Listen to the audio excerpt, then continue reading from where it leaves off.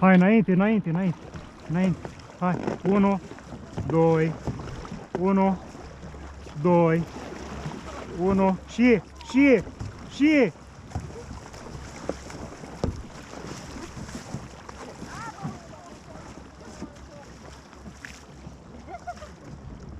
Stop. Toată lumea e ok? Da? Și în caiacul dublu galben sunteți ok? Da. Sau e greuț? V-ați obișnuit?